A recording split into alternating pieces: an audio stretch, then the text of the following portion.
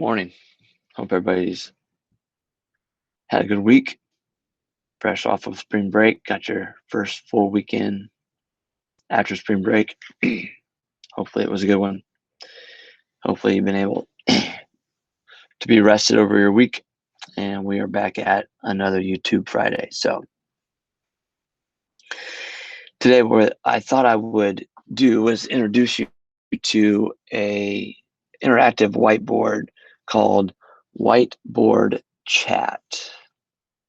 Very similar to Jamboard, but it's a lot more interactive in terms of options that you can have. I've seen it referred to like Jamboard 2.0. So I thought I'd show this, just introduce some of what it can do. Could definitely see it used in distance ed. I could see it used in the classroom when you break up in groups. I could see different possibilities with it. And so wanted to give you another option outside of Jamboard, or maybe another whiteboard interactive app that you might have. This is a website. I'll put this in the description below.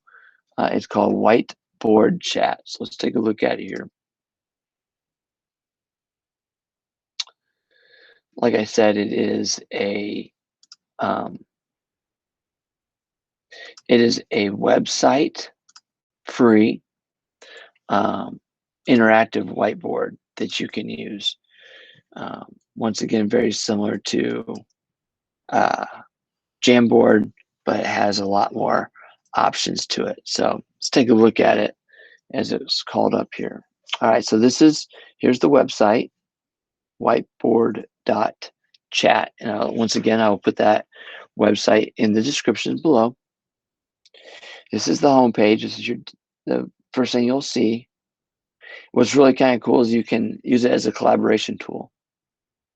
So you can have up to 100 students at one time on one board.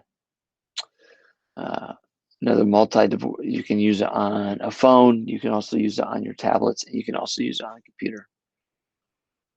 All right.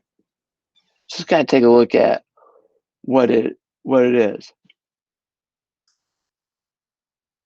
So click on the Start Drawing and Start Teaching.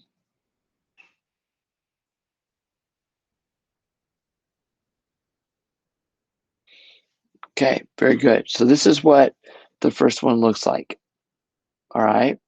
Now, sometimes if I click on this, it's called Sidebar. If that shows up, you can't do any work on the board. It's only read only. So if you invited students, they would not be able to manipulate anything on the board because the sidebar is on. Simply turn that off by clicking on the bottom left. All right, let's take a look here at all the things. First of all, you can name it. So I'm going to name this Sample 2 because I already have a Sample 1. You can invite students by giving them the code. You can do multiple ones. You can do this one or this one. You can also link it to your classroom. That's pretty cool. You can also give them the QR code. So there's different ways that you can link them to this whiteboard. You're going to check in. As you can see, I'm only here, but as participants start to add, they will join right up here. You'll be able to see them. Take a look at some of the actions here. You can read this if you want to video it, you can. You can also read aloud to your students. You can start a new poll, change some of the background. So if I want to set the background, I can, there's my background, I just close it. That does that. Take a look at who's all engaged in it. Does some nice data for that. You can have a raise your hand. So if a student needs some help, they can raise their hand to it. You can set timers. You can set timers through all of the different boards that you can have ongoing. There's the settings. So what I like to make sure is I just make sure is my pen's enabled. You could play with the font. Okay. And this is where you'll sign out at.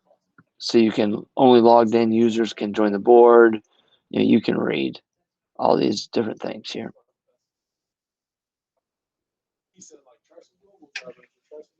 You can actually put a timeout. So if you time out, it puts it in for a 10-second timeout, and you'll start seeing the snow.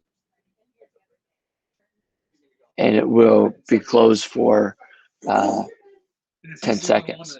All right, so now it's back on. So we can take a look at your manipulatives. So like there's biology. So if you wanted to build a protein,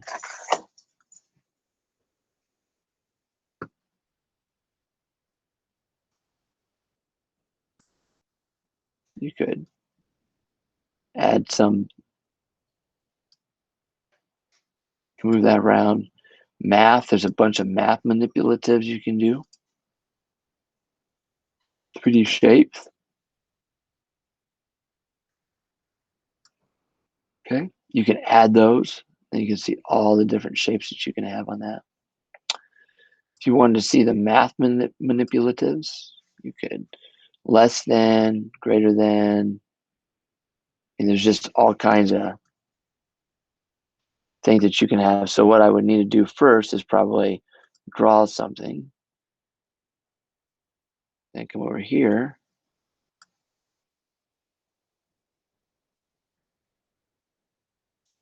I'll go divided by. So you can have that, or you can use some of these mixed fractions, charts. So there's a t-chart. There's your fractions. So you just got to click on them. You aren't dragging them. If you want long division, you can move that there. Click it there. Drag and grab some other things here. So what you want to do is just go back to your pointer. So move and resize things.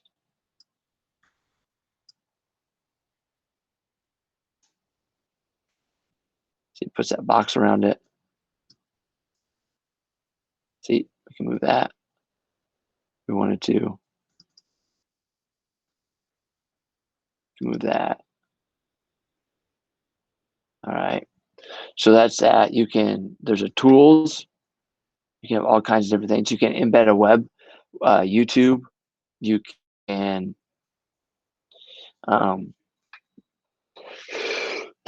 excuse me. You can have a drop zone. I mean, there's just all kinds of different things. Calculators, basic calculator. There's your basic calculator. You can move your calculator if you want. So then you go to your pointer, click off of it. So let's go to your pointer here. So you got your calculator you can play with. Once again, you can move it. You can clear your entire screen. Yes. So then your entire screen's cleared of all your things that you drew. Now,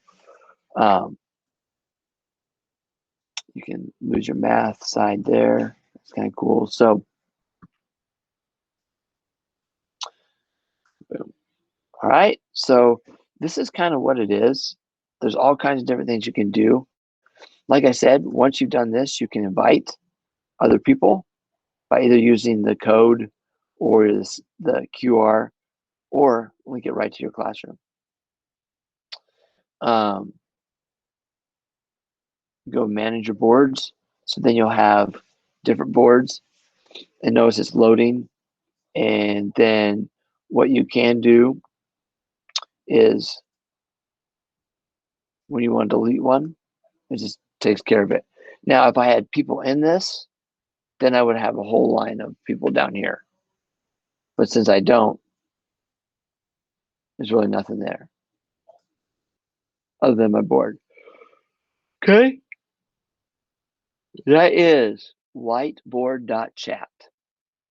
Like I said, it is a pretty cool interactive board you can use if you're teaching distance ed. Maybe you're doing a classroom and you want to break them up in groups and use a digital whiteboard. You can download things to PDF. That's pretty cool.